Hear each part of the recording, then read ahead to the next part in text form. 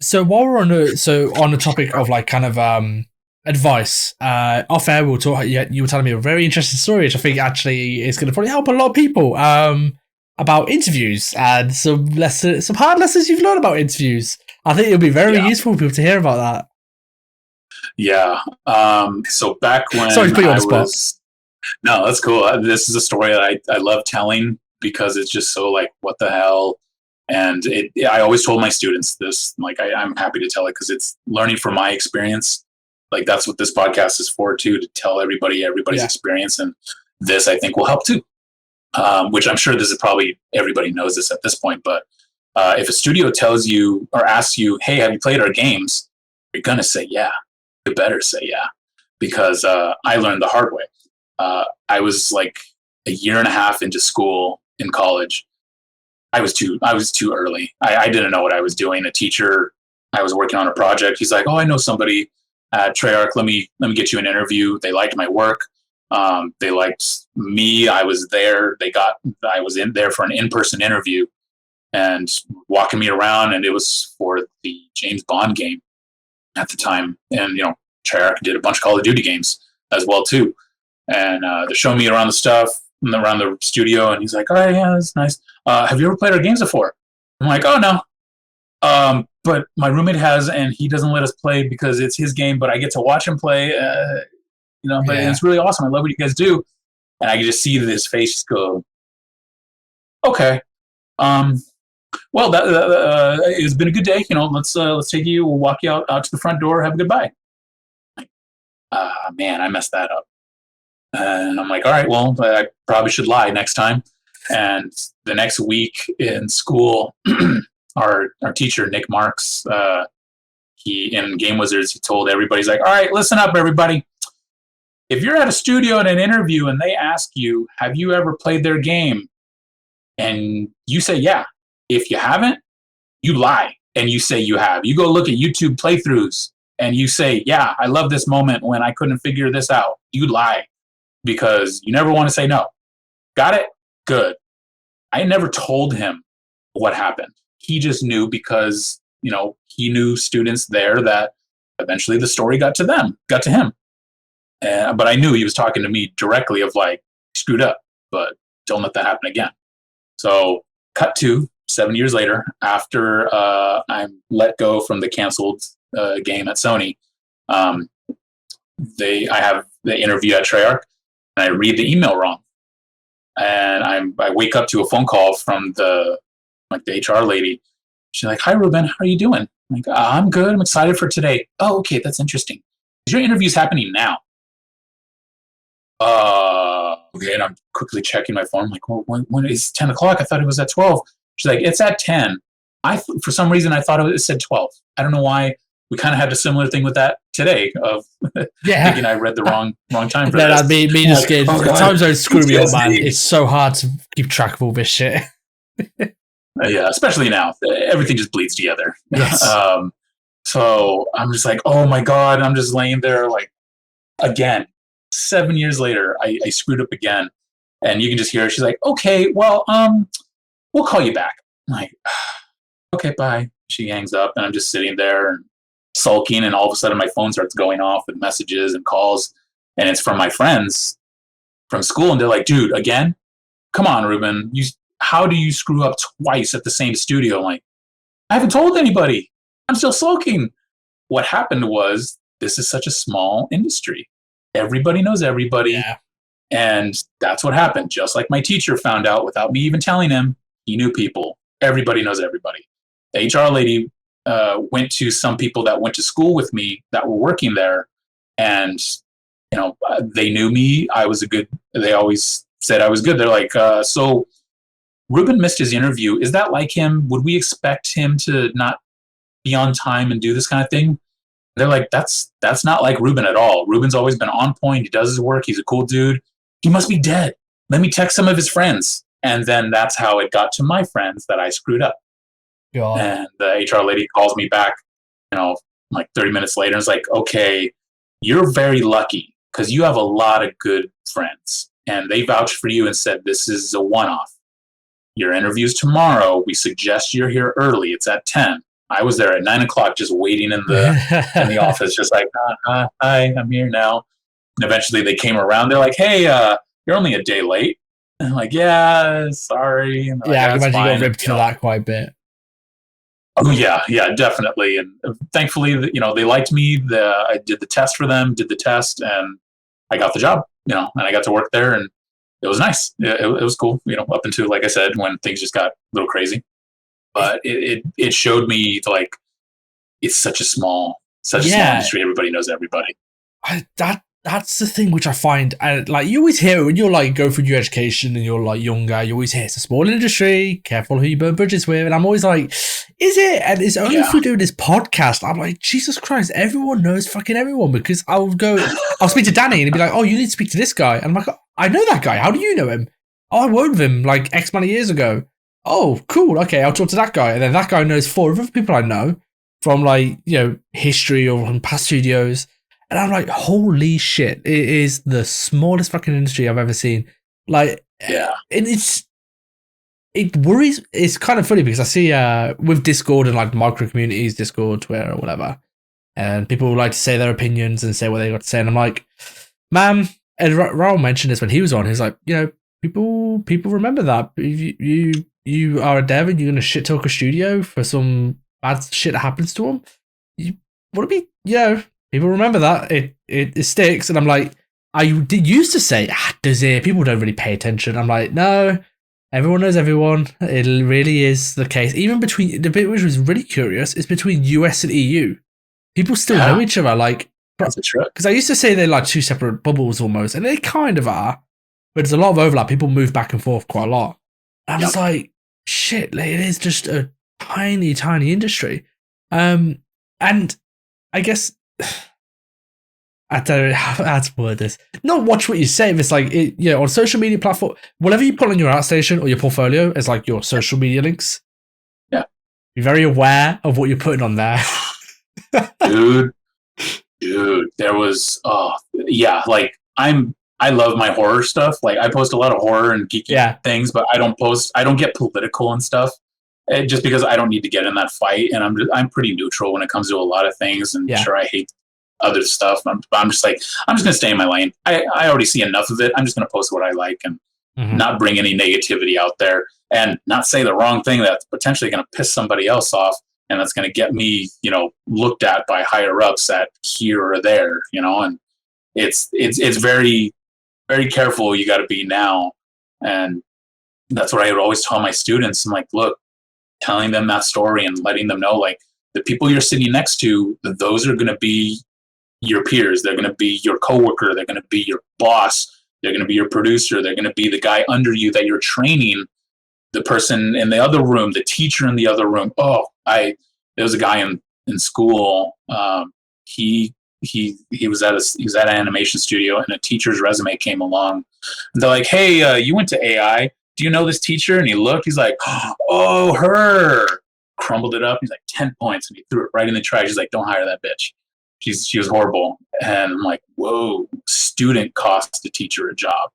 And that I hear quite a lot. I hear that a lot because especially in the UK. So the thing is, you guys seem to have a bit, I mean, look, okay, I'm not going to get into like student costs now because it says rabbit hole, but like US, you guys have very big cost for teaching, but at least you have a lot of industry people like yourself who quit to teach. In the UK and EU, not so common. And I've seen it where, like, you've had somebody who's been a teacher, and they have some good students who work very hard and get themselves into the industry.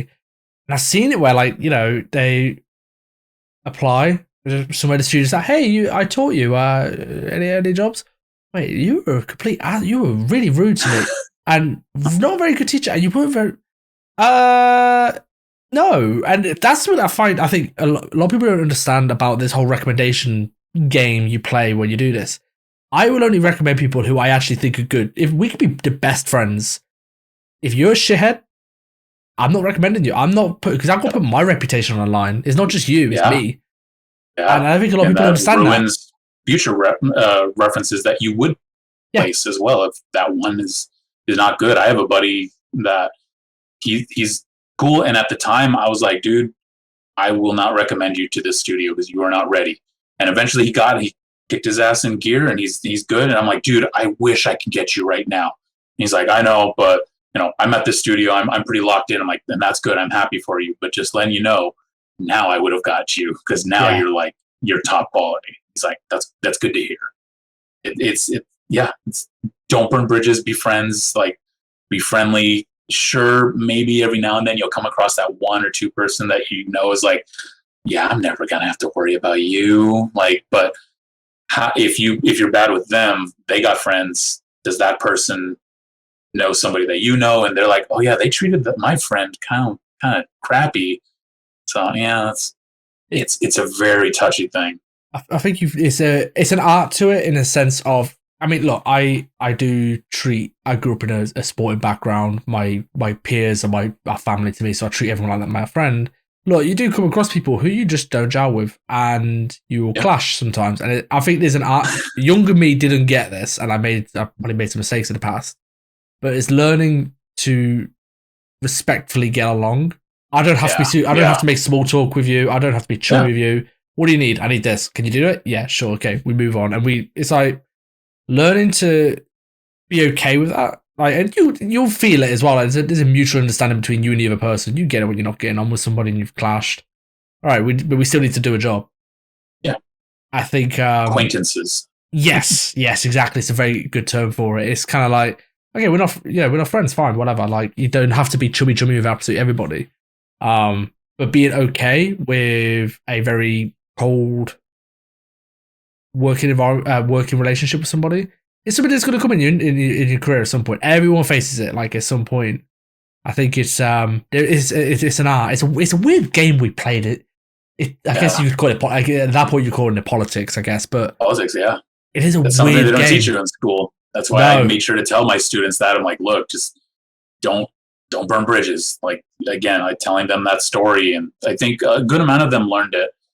And it's stuff that I never was told. I was just told, all right, here's how you model a box. Here's how you animate. Here's how you do this. And just like, all right, cool. I know that, but like, what's the other thing of like, all right, talk about crunch, talk about politics, talk about like, how is it to get the job over your friend? Like, oh, like when I dealt with that on Ascension after converting from Ascension, that's when I learned like, oh yeah, me even saying you're competing with your friends, I finally lived it because when we were there, I was friends, and I still am, with a great environment artist, Daryl, and it was me and her working there and a bunch of other people, and they called me into the office. They're like, look, we want to offer you the full-time position. We only had one spot, and it was between you and Daryl. So you got the job. And I was like, oh, cool. Oh, man. Wow, I kind of wish you guys didn't tell me that. That hurts. I'm like, man, I just took out my friend without even knowing it. I don't know if maybe that helps, but that's when I was like, oh, wow, you really are competing with each other. And I was kind of like, it kind of made me feel sad about it. And she was like, dude, she punched me. She's like, I'm happy for you. Bring me back. And I did. I brought her back, when I could. So it's like you just help each other, and that's when I was like, oh wow, you really are competing with each other. It's not just like, yeah, you'll eventually come to a studio where that person is working. You're competing with that person. So I made sure to add that into my stories as well. When I would tell my students, like, look, you guys are coming into this place competing with everyone here, there, the other campus, Noman, Cal Arts, all over the world, people that have been in the industry, people that just got fired from that company. You're in a flooded market. What are you going to bring to the table besides good art? You're being a good person. Use this time. You guys are getting in mountains of debt, like 10 years minimum, and I was lucky to just barely pay that off. And I've always had good jobs, and I made sure that I put money aside, and I was always good. And I know people that are pizza delivery guys, with my degree. Like, what the hell? That sucks. And I know people that were good artists that just had the wrong timing of going to the wrong studios that just couldn't keep them or couldn't pay them, or we couldn't hire them on a certain project. It was just, it just wouldn't line up. And eventually, like, governments got their loans, started taking their money out. They had to move back home, and it's a trip. Like, even seeing great artists, great people just not do it because, again, they got the bad end of the stick, the small stick or whatever. And it's just, you never know. So I tried to warn my students, like, don't make this time to just screw around and play, Smash Brothers downstairs. Because I saw it all the time. Every time I'd always see those group of kids. And I had one student in there, and I went down and I yelled at him, like, Tim, get your ass back up into class. You got finals. He's like, I'm sorry, Ruben. And he went up there, and it's like, dude, you guys can't do this because I'm seeing you do this, and I will not hire those people that are in that clique. There was always that, and I could tell, like, all right, you're gonna be fine. You're gonna be fine. You're not gonna do anything. You're gonna have a hard time. Maybe you got potential, and seeing what happens. And it was the same crop of cliques that would always come around. It's like, guys, you're paying for this. Your parents are paying. Somebody's gonna pay the bill for this eventually. Don't waste this time. Make this count. Don't let it just be a piece of paper you graduate with. Make it be an actual job, because this is a cushy job. We get to sit in our back when we can sit in the studio, nice air conditioning, internet, computers, monitors galore, snacks, friends, and just do this. I don't have to, flip burgers and do manual labor. It was like, it's another story that somebody told me, or that happened to me when I was a kid. When we were in elementary back home, I'm from Selma, raising capital of the world, represent. We had a guy come into our elementary school, and he's like, look, I want you guys to draw what you want to be on a piece of paper. And everybody drew what they want to be: fireman, police officer, doctor. And I drew Hollywood. I drew Power Rangers, Beetleborg, and a bunch of other, like, entertainment things. I wasn't a big gamer, surprisingly. I was more so just a movie guy, and I just fell into the game art side when I was in school. But I wanted to do something in entertainment. And the guy was like, all right, you guys are all done? Whatever you drew, I want you to be that. When I come back to your town in 10, 15 years, I don't want to see you guys handing me my burger. I want to see your guys' name, whatever you're doing. And I like to think that I'm now doing what I drew. Yeah. More so in games, but I'm still in entertainment. And I wish I could, meet that guy and be like, hey, look, I did what you asked. I did what you wanted us to do. And it's like, that's cool. A guy from a small town. And even my buddy Elliot, he's as well too. He followed the same path as me. He's at Sony with me as well too, doing destruction. Both of us from Selma, just doing this. And I'll go and talk to my high school and tell them, like, look, you can do it. You can get out of the town. You can go do big, cool things. And it's a trip. I like to give back to that, and tell them, like, there's a possibility, but I'm also still real. I was even real with the high school kids, telling them the same talk I told the college guys of, you guys got it lucky now. You're in high school. It's free for the most part. Some of you guys are struggling. I know, because this is, a very small town, small income town. It's going to be hard. Some of you, it's going to get harder. Some of you are going to get skate by. Some of you are going to get lucky. Just bust your ass and do what you can, because the world sucks, and it's going to beat you down. It's really hard. It's kind of like that Rocky, phrase, keep moving forward.